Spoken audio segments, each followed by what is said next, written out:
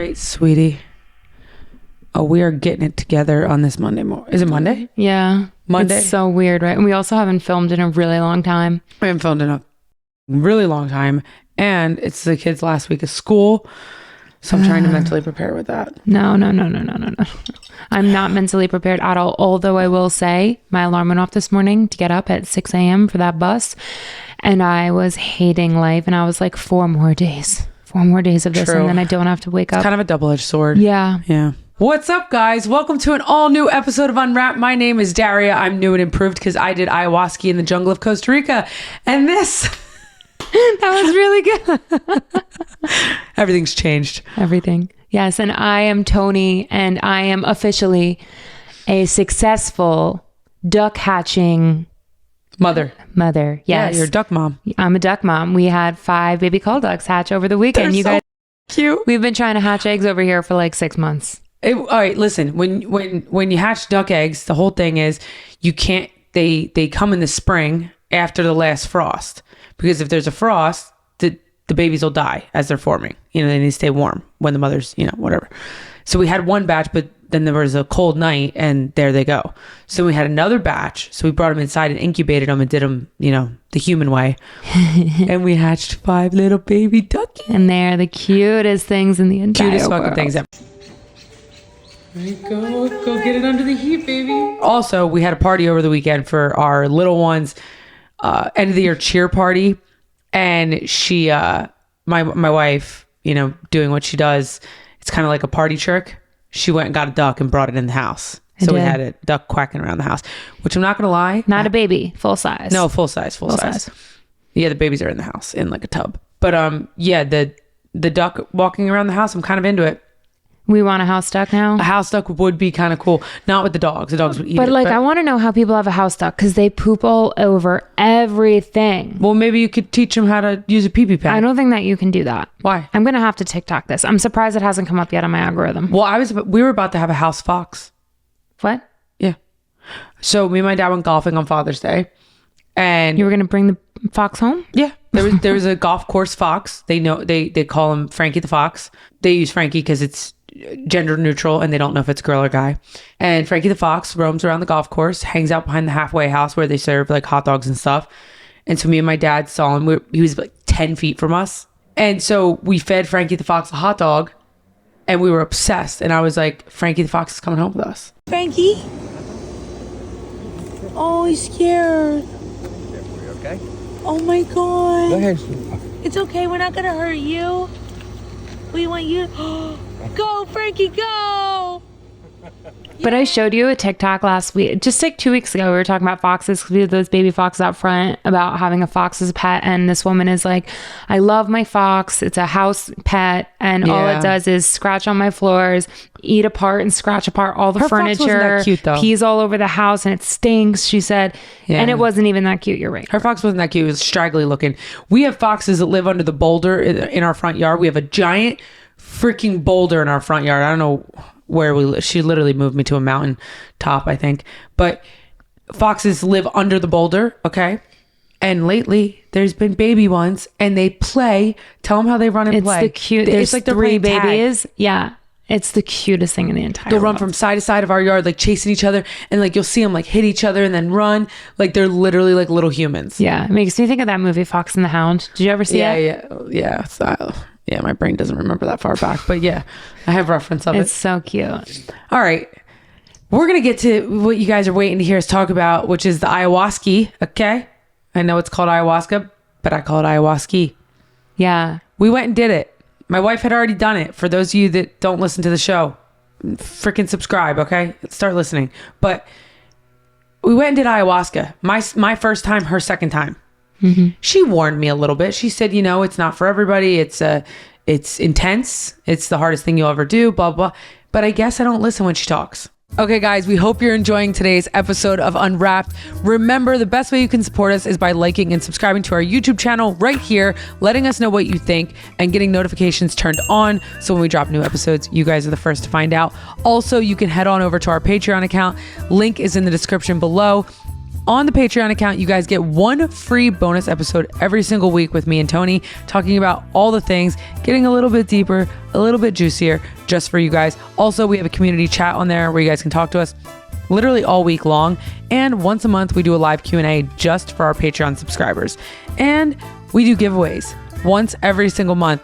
It's either my WWE wrestling gear, maybe a suit that I wore on TV, maybe some merch shirts signed, all kinds of cool stuff, only for our Patreon subscribers. So make sure you go like and subscribe.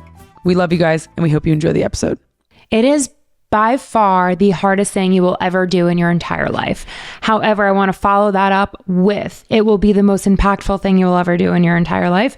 And you are safe. You have to trust. You have to surrender, and you will not die. So you won't die. That's true. You'll think you're dying or being sex trafficked or something, but you're not actually, and you're not actually going to die. So we went to the beautiful resort of Rythmia in Costa Rica, which, for the record, is the only medically licensed ayahuasca resort retreat in the world, right? Yep. So it's legit.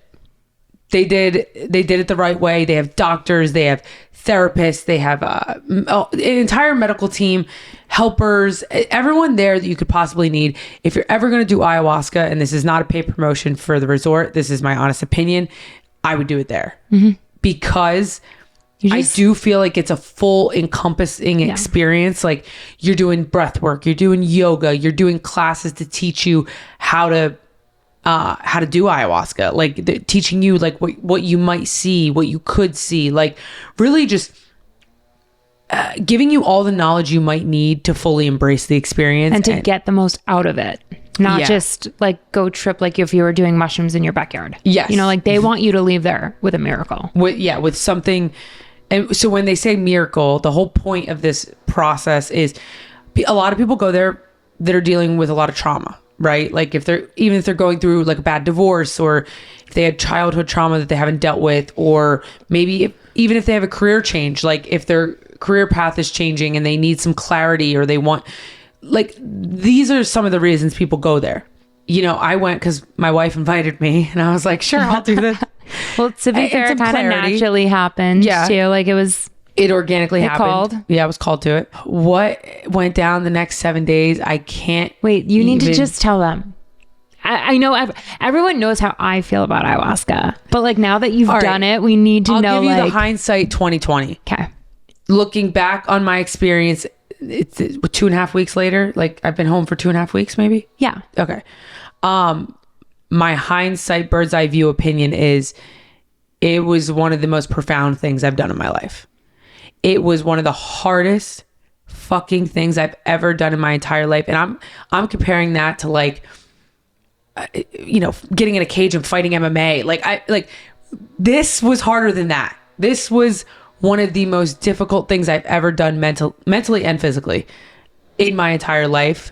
Literally one of the most profound experiences, one of, if not the most difficult thing I've ever done in my entire life. And it's so fucking I have so much to say about it, and I'm so amped about it because I'm going to just say it. I was a non-believer before going into it. I was a non-believer. I'm not going to lie. I thought it was not that I was a non-believer. I thought it was for some people. I didn't think it was for me. I thought it was going to be too granola. I thought it was going to be too hippy dippy. Like, I think it's the opposite of granola. I know, but hippy dippy is a better word. Like, I thought it was going to be like, you know, too like soft and delicate for me. I'm like, you know, I thought opposite. What? Well, I thought it was going to be like, you know, like, no, like what, like, sister, relax, like all that stuff, you know. And I thought it was going to be so just not for me. And I was very interested to see how I would feel about it after. So going through the process, I had some bad nights and I had some good, more lighthearted nights. And when I was leaving, I was like, I don't know if I'm ever going to do this again. Like, this was a bit traumatizing, and it was a lot. It's heavy, right? It's a heavy experience. It's not like drinking pina coladas in the Bahamas with your friends. Like, it's not a vacation. It is a spiritual, enlightening experience that takes really, really hard work and sacrifice and surrendering to get something beautiful out at the end. So yeah, that's how I felt leaving. And then here we are 2 weeks later. I'm like, that's one of the most important things I've ever done in my life. So do you think you will forever look at your life now, like before ayahuasca, after ayahuasca? Yes. Yeah. I have found, I'll just start by saying the things that have changed from before and after. I have found a stillness in me. And it's funny because we talked about this before going. It was one of my intentions. I wanted to find some grounding and stillness. Yeah. And I seriously feel so at peace with my day to day. Like I'll wake up and I'm not like hyper fixated on 5 million things at once. I'm very much like able to kind of go through a more structured routine of my day flows better. I'm more present. I was internally combusting before this trip. I felt like I had irons and so many fires, and I was spinning so many plates at once, and I was getting to a point, which I've never gotten to this point before, but almost like I was very overwhelmed and scatterbrained. Like I couldn't properly focus on the things that needed to be focused on. And I think it's just, I'm evolving as a human, you know, and I think there needed to be a breaking point so that I could get to the next level. And I was at my breaking point before I went to Rythmia. Yeah, I felt like I just needed something to change in my daily doings. And it was weird because I was getting everything I needed to get done, but in the worst way. Like nothing about it was enjoyable. It wasn't practical. I was spending way too much time on certain tasks and then not getting to other tasks. I was drinking so much freaking caffeine. For me, I was never a caffeine person. I was up to like 1 or 2 Celsius a day, a couple cups of coffee a day. I was just like running on fumes and like adrenaline, and then I would dump, and dopamine spikes at every corner. Like I just felt unhealthy mentally and physically. The way you just described it, it seems like something that probably so many people feel, which I'm sure so many people do. But I think you guys need to understand it was almost like what most people feel times 5 more. Sure. Yeah. Like, yeah. And I think from just looking at it from the outside, inside your brain, like a lot of people might feel the same way, but I think it's a good point to bring up is a lot of us are functioning in this like not a healthy space. Yeah. Not a healthy space. And like what health used to mean to me and what health means to me now are 2 totally different things. And the whole like mind, body, spirit thing, I never bought into. I was like, what do you mean? If I eat grilled chicken and rice and I work out, I'm healthy. Right. But like, no, when you're drinking 3 Celsius a day, not sleeping not good, drinking water, also not taking any still moments to breathe and connect, your heart's grounding. racing all the time. Like that's not healthy. Right. And so that connection was one of the big things I got from Rythmia. But okay, we'll get to all this. Let's get to the good stuff. Let's talk about the trips. Yeah, because we want to know.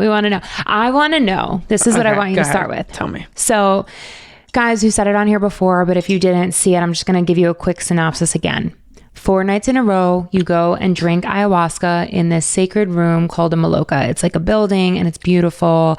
And you walk in there and there's a bunch of mattresses on the floor. Everyone gets a mattress, a bucket, and a roll of toilet paper. There's a shaman in there with a bunch of helpers around the room and then live music in the corner. It's fucking crazy. Okay. She's like, no, guys, so I want you to understand what you walk into. And then I want you to start. Give me that first hour. Like it's...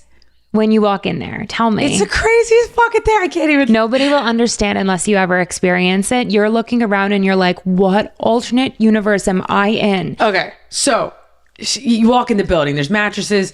Boys are on one side, girls on the other side, which I like that, you know, because people are tripping balls and, you know, I don't want like dudes falling on me and shit and seeing me like puke and crazy stuff happens. So there's a shaman dude at the front or girl.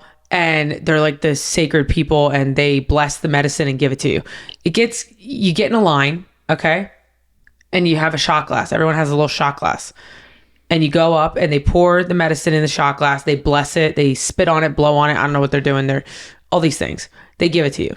You chug it right there. You go sit back on your mattress. Now, the whole time, silence. You're not allowed to talk to other people. It's called noble silence. You shut your mouth from the minute you get in there at 5:30 p.m. till the minute you leave at 3 a.m. Okay? No talking. Then you take your medicine. Some people it kicks in within 20 minutes. Some people it doesn't kick in at all. And when they call for round 2, which is like 3 hours later, you take another shot. maybe then it kicks in. For people like my wife, she takes 4 shots a night and it never kicks in. 5 shots every night. Yeah, she's like a heavyweight of ayahuasca, if that's a thing. All right, so I'm going in the first night optimistic, free. I don't know what to be scared of because I haven't done it before. Ignorance is bliss. That's a real thing, okay? So I go in there, I take my little shot glass, I swig it back. I'm like, oh, that tastes like shit, but it's fine. I go sit on my mattress. I'm kind of feeling a little something, but barely. So they say, like, if you can think about taking another one when they ask for second call, then go take another one. Like, they want you to keep taking it because the more you drink, the more you feel, the more you experience and get out of the experience. So they call for round 2. I'm like, bet, I'm in line. Swig it back. Still tastes like shit. I'm kind of getting a little woozy now. I'm on my mattress. I'm starting to feel a little nauseous and I don't throw up. So in my entire adult life, I know this is crazy. Toni can attest to it. My mother can attest to it. I've never thrown up. Okay? It'll come out the other end. All right. Is that enough? So I am so nauseous and I'm leaning over my bucket. They tell you do it on all 4s. It's the best way to throw up. I'm on all 4s, just gagging. And I'm like begging. I'm like, please let me fucking throw up. Nope. It won't come out. So now I'm just stuck in nausea. Round 3, I go take another shot because I'm like, maybe it'll help me, vomit and get this out and stop feeling nauseous. No, now I'm just on a different level fucked up, more nauseous, on all 4s, trying to get the throw up out and it's not coming out. You got booted outside, right? You got kicked out, or you left, or what? No, I left. So okay, so the doors are open. You can go outside. Outside there's like hammocks. There's a fire pit. So you're not like trapped in this building. But if you're being bad, you will get kicked out. But if you're being bad and you're screaming crazy stuff, they kick you outside. They put your mattress outside, so you just go hang out outside. But actually, outside was my favorite part. Yeah. But they say the real work is done inside when you close your eyes. So to best feel the medicine, I guess, inside, eyes closed. So I was trying to do that for a little while, but then I started freaking out. The medicine hits me hard. I've never done a psychedelic in my life. I don't like being out of control of my body or my mind. So I start to feel it like taking me, right? Like I'm starting to go somewhere and I'm fighting it because Daria doesn't like to go. So, I want to be in control. So me and the medicine, if you could just metaphorically picture this, all night are just fighting. She's like, I'm going to take you somewhere. And I'm like, no, you're not, bitch. I'm going to fucking stay sober. So that happened all night. And essentially it sent me into like a full blown meltdown to where I was kind of like paralyzed mentally and physically. Like I was on the ground outside on all 4. Like my head was like, I was like a tripod. My head was leaning on the ground. My eyebrow was stuck to the ground. I'm on like my forearms and my butt's in the air. And I'm just like sitting there trying to throw up because I'm so fucking nauseous. The little helpers are coming around and they're like, sister, drink water. It'll help you purge, And I'm like drinking the water, but nothing's coming out. And I'm pouring it on your head. And I'm pouring it on my head. They're like, no, drink it, lady. Stop pouring it on your head. And I'm like, She couldn't even speak. I couldn't even speak. Okay. I'm freaking out. I'm not going to lie. I was freaking out. Fast forward. Everyone leaves the Maloka at 2 a.m., 3 a.m. when the ceremony ends. Okay? Where am I? I'm face down on the back patio of the Maloka, still tripping balls. Everybody's gone except the shaman and all the helpers stayed, of course. Like they're super, like they're there to do whatever you need done. Mm-hmm. So they're sitting there with me trying to they're rubbing lotions on me. They're doing blessings on me. They're feeding me water so I could throw up. I'm still not throwing up. And they send my wife back to her room. And then you came back to try to find me because I still didn't come back hours later. What happened? Well, no, I left on my own because they were like, she's going to be here for a little while. I'm like, all right, I will go. Everyone was gone. They're cleaning the room. All the mattresses are picked up except for hers with her on it. Bro, just little old me. I'm like, all right, let me go shower and, change. I'm gross, so shower, change, I come back and then I'm like hanging around chatting a little bit and then they're like, well, you were like kneeling next to me and like smiling at me. check on you. And then Oscar, who was our shaman that night, calls me over and he's like, listen, I think your energy is putting more pressure on her, so you leave. We'll bring her back. We'll bring her home when she's done. And I left and I had to go sit in bed and like just wait. And now it's like 6 a.m. The sun's coming up. She's still not back. I'm like, oh my God. Yoga starts in the Maloka in 1 hour at 7 a.m. And all I'm thinking is, out of the 70 freaking people at this resort, how am I the most whacked out one that I'm face down on the floor at 6 a.m. Everyone else is back in their bed. Had a trip. They went through it. They're done. What the hell is going on? Like, that's what I'm thinking. And they say like, you know, don't judge yourself. Don't judge the experience. But like, come on, why am I face down? Okay. So that's all I keep thinking. And I'm just down there and I can't do anything. And then all of a sudden around 6 a.m. And by the way, when Toni comes over, like I can see her out of the corner of my eye and she's just looking at me with like the most angelic smile ever. She's just like so happy. She was happy because, explain why you were happy. Because I know when you're going through like something really hard in the medicine, I know that something really beautiful is on the other side. So if I see you like really struggling, or if I hear someone screaming bloody murder, like, you know, like they're getting somewhere. So that's kind of like the name of the game. We saw it all week long. She's seen it now 12 times. You've done the medicine. She ended up staying for an extra week. We'll get to that. But like, essentially, like the more the person struggles and looks like they're having a terrible fucking time, the next morning they're the happiest people. Mm-hmm. And the people that aren't happy are the people that kind of like didn't feel it, didn't take enough of the medicine, and like didn't have an experience. So I wake up at 6 a.m. Well, I was already awake the whole time, but I come to at 6 a.m. and I like sober up instantly out of nowhere kind of thing. Not sober, but I could stand up now. And they're like, oh, sister, you're back. And I'm like, thank Jesus, get me out of here. I'm like, where's my wife? So they're like they were so great. I have to say, like the helpers there. Yeah. You're like so safe. You're so safe. You're so motherfucking taken care of. Mm-hmm. I wouldn't want to do it anywhere else. I'll put that out there. So they're like carrying me to the golf cart. They put me on the golf cart. I'm like this. I'm like making jokes to the driver. He's like cracking up. I'm like, what the fuck did I just do? What the hell just happened in there? And he's like laughing. He's like, did you have a good time? And I was like, no, absolutely not. He's like, you will, you will, whatever. I'm like, yeah, buddy. They take me to my room. They unlock the door. They put me in bed with Toni. Like, they brought me all the way in because I couldn't walk still. Hardly. Put me in bed with Toni. Toni rolls over. She's like, what the heck? So then we chatted for a while and I was like, that was the craziest effing thing I've ever done. I'm leaving tomorrow and I'm never doing this again. I said, I'm done tomorrow. And I want you to leave with me. And I was like, okay, let's see how you feel in the morning. Literally, that's what happened. Yeah. So I go to sleep. I wake up in the morning. I'm still like a little traumatized. And then as the day went on, the pain and the fear and all the negativity just faded away. Mm-hmm. And I'm a stubborn person. So for me to like get over that quick was pretty wild.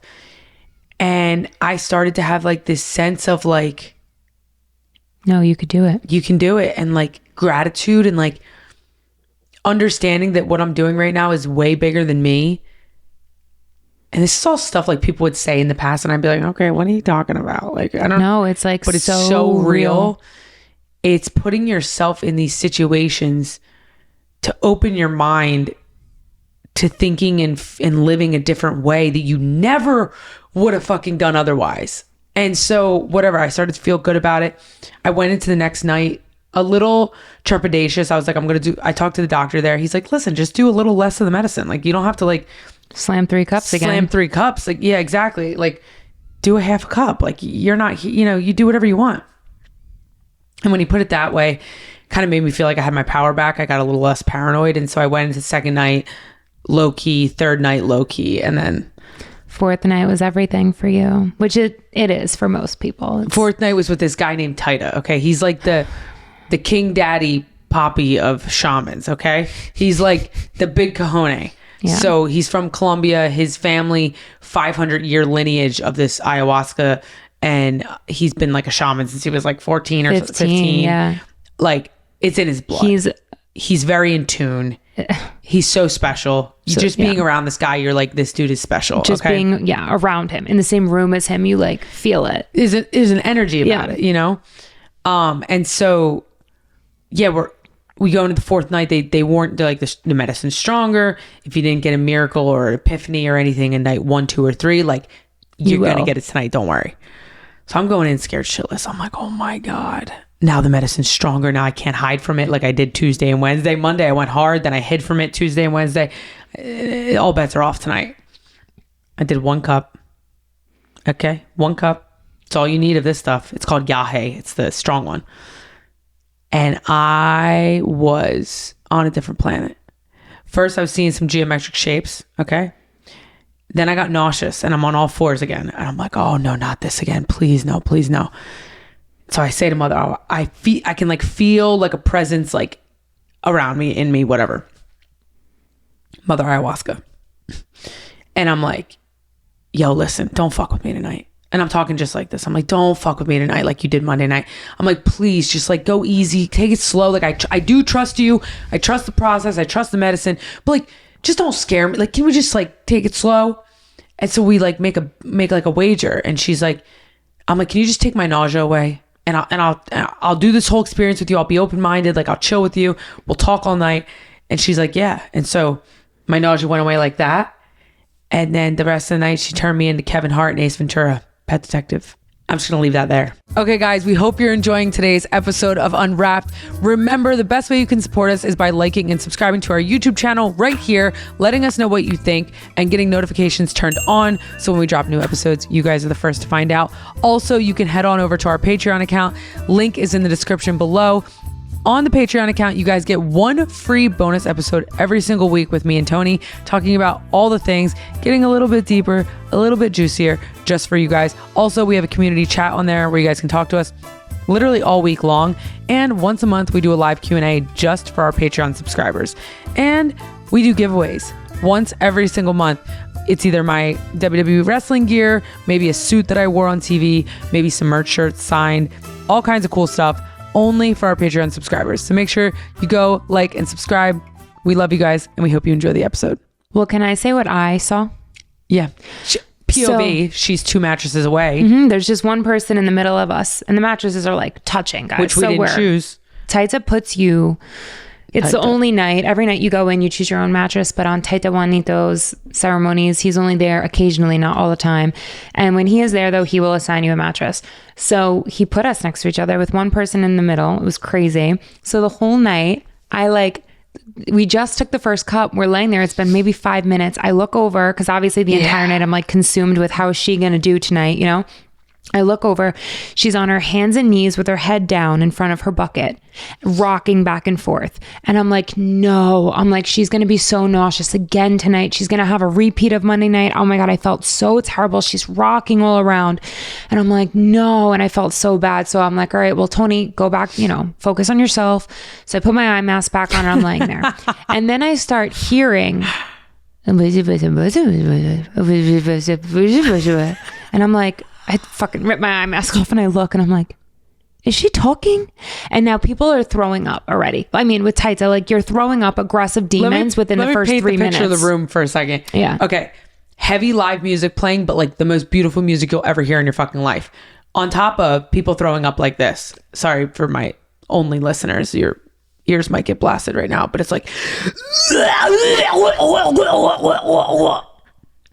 And that's the sound, what the vomit and sounds the leaves like. Hitting you, and the shells on the feet, and the blessing, and it's people screaming loud. I'm dying! Ah! And Taita's like, okay. Oh, Taita's the best. He just laughs so the whole funny. time. He's laughing the whole time. Everything is bueno. Yeah. Bueno. If you can do ayahuasca with Taita Juanito, it's like special. So I'm like in my head, I'm like, everyone shut the fuck up so I can hear what she's saying. And I wanted to like go sit next to her face so I could like understand the words. And it's nonstop talking, hands and knees, head down on the bed in front of the bucket, shake, like moving back and forth, nonstop for hours. How long? Tell them how long. Hours. The whole night. The whole night, guys, I woke up drenched in sweat. My forearms hurt so bad from being on them all night. I was sore the next day. And so she heard gibberish and saw me moving. What was actually happening... So the next morning, she tells me what actually happened. She's got the biggest smile on her face. I look over at her. She's got the biggest smile on her face. And now it's 9 a.m. because this Yahe night goes all night. Yeah. So I look over and I'm crying. And she's like, Like the biggest smile ever. And this is what she says. Go ahead. So I'm like, me and Mother Ayahuasca made the deal that she would take away my nausea if I hung out with her all night and talked to her all night. So I thought we were talking in my head. You know, I thought it was a voice in my head. I thought we were chatting in my head. Well, no, I was very much talking out loud. And my neighbor that was in between me and Tony, she was the best. And she wakes up and she goes, girl, you had a good night, didn't you? And I was like, why? She's like, we heard you talking all night. And I was like, shut the hell up. I thought that was in my head. She's like, no, but it was so sweet. You were very gentle. Like you weren't like screaming. It was very like gentle. And I was like, oh my God, guys, everyone just heard my conversation with me and Mother Ayahuasca. So what was actually happening was we made that wager, and then she was trying to, like, I guess the messaging was comedy, and like my humor has always been like what has gotten me through life, I guess, you know, like kind of being like the class clown, or like, you know, with Tony and the kids, even in the locker room, like, yeah, humor is kind of like my thing. And they were reminding me like, don't lose that, I guess. And so she turned me into Kevin Hart first and was like full blown having me do like Kevin Hart skits. While I thought she was nauseous and dancing. shaking because she was nauseous, but she was shaking her butt. And I'm like telling her, I'm like she was like moving, my hips were like moving. Okay. And I'm like, well, slow down. It's too fast. Chill out. So then we'd slow down, and like, I'm just moving my hips, dancing. I have Kevin Hart's voice and Kevin Hart's like comedic timing. Then she turns me into Ace Ventura, Pet Detective. Okay. So then I'm doing his voice, and I'm like making jokes and doing all this kind of stuff. And then all of a sudden a smile like this, my cheeks get stuck in a smile, and she keeps it that way for like, it had to be an hour. And I'm like, oh, you're trying to make me smile. Oh, you're funny. You're trying to keep a smile on my face. I get what you're doing. And like, this is how we're talking the whole night, right? And this is supposed to be like this holy spiritual mother. They're like, most people talk to her like, thank you so much, mother. I'm so grateful. And I'm like, bitch, I'm moving my hips so fast. What the hell's going on? So that went on all night. And what she was hearing was I kept like saying like, okay, like I'm here. Okay, I'll dance. Okay, I'm here. Like all right, just chill out. Let's just take it slow. Like, don't make me nauseous. Like, and I kept just like, I was really talking to myself, essentially like calming myself down, trying not to have a bad trip like I did the first night. And so all night long it was fun and games. And she told me essentially the messaging was like, don't lose your sense of humor. Have fun. Don't forget to have fun. Don't forget to laugh. And that was profound. And as days went on after that, like more made sense, and it all kind of came together wrapped in like a perfect little bow. Like, but then also like, it's like you think like, all right, well, is that life changing? But then you came home, and that whole first week you were home, you had life changing things fall into place, and weird coincidences that are like relate you back to Rythmia in weird ways with other business ventures that like would have normally like never been related, but ended up being weirdly related. And like, yeah, you know, I told you before, Rythmia, I had a lot of irons in the fire, but like things hadn't come to fruition yet, which is fine. Things take time, of course, but it was kind of like messy and all over the place. And then coming home, all the synchronicities, like everything started falling into place, and it was like clockwork. And I don't think it's a coincidence. I do think it's because I cleared a lot of blockages that I had. You know, I think I was living with like a death grip on life. Like I think I was trying to force and, you know, hang on to things that weren't for me and didn't serve me. And I think going there and having this like spiritual experience allowed me to like rid all of the expectation and all the bullshit, all the ego, all the just what's it called? Just the surface level bullshit, that like the vanity from all the things that I was trying to do, and instead just live in like a state of flow, if that makes sense. But it's also interesting. I'm just thinking of this now. You went, and a very big intention you went there with was you wanted clarity on like what's next, career stuff. Yeah. Not one thing, but like multiple things, you know, like everything as a whole. Yep. And you left there and you were like, I didn't get anything answered that I was looking for. But then when you came home and everything that happened the next 4 days, like literally the first 4 days you were home, gave you that instant clarity. 100%. Instant. And that's why like, this is like my overall messaging. If you're ever going to go do it, it's not for everybody. Do your own research, whatever. But for me, it was profound. If you're ever going to go do it, you can't judge the process that the medicine takes you through, because it's not one size fits all. Everybody's experience is different. Like, some people go there, they have literal visual visions and they see their future. Bam, done. Some people go there, they don't see anything, but then they go home, they quit the job that they were working at for 15 years, start a new career, and fucking live the best life ever. Like, things happen at different times and different paces for everybody. And so it's important to just kind of like trust it, trust the fucking process. And that's like a good lesson for life too. Like, life is a series of ebbs and flows, ups and downs. We all know that, right? Like, it's like, just trust the process. It's not always going to look pretty. And yeah, mine came later. Mine came once I got home and had some time to like sit on it all. And then things just started hitting. Things just started clicking. And she admitted when she came home, guys, I decided to stay another week. Bro, this chick is crazy. That was a very last minute decision. So she had to leave Sunday morning and I was staying. We had just decided. And she was leaving and she's like, I'm never doing this again. You are crazy that you want to experience any of this again. You know, blah, blah, blah. Now, 1 week later, she's admitting, because I've only been home now for 1 week. Yeah. So she's admitting over this weekend that she will go back and do it again now. I would go back. I don't need to go back right this second, but I will go back. It is, man, words don't do it justice. And I can never understand what it's like to be in that maloka. Hear the things that you hear, look around, and you're like looking at this going on. You're like, I can't believe all these, you're doing this with all of these strangers. Yeah, it's crazy. Yeah. I would say this. I would say, if you feel like you're not, and because I feel like some people, you know, maybe stayed more connected with their soul throughout their lives, you know, people that are more in touch with nature and yoga. And you know, somebody that couldn't benefit from it? No, I'm not saying that. I'm just saying the people I would recommend it to is I feel anybody. Like the more you're connected with your soul, the more you would embrace an experience like this. Well, yeah, that'd be easy for someone like that to go. But I'm saying if you're not, it did that for me. That's what I'm saying. I'm saying if you're overstimulated in this modern world that we live in, like I was, okay, it will do you good. That was my issue. My issue was I had no quiet time with myself because I couldn't shut off my brain, because I'm moving a million miles a minute. We're all on social media and on our phones 24/7. If we're not on our phones, we have a device in front of our face of some sort. Like, we're overstimulated. We know that as a society. Like, this generation is overstimulated. And so if you want to find a way to eliminate some of that, connect back with like yourself, your inner self, your soul, your mind, ayahuasca did that for me. In a way that nobody would have ever been able to do that for me.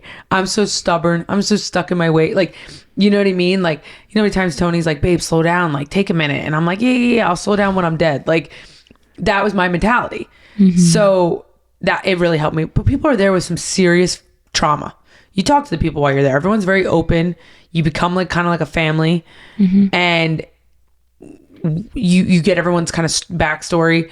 And, you know, people were there dealing with all kinds of things, dark, heavy things. And you see them on Friday morning. That's like the joke. The joke is all the teachers and stuff there will be like, you know, people would be walking around pissed off. Like, oh, I didn't get my miracle last night. They're like, we'll see you Friday morning. Everyone says, see you Friday morning. Come down to breakfast. Everyone's smiling and hugging and so happy. Yeah, it's like, weird.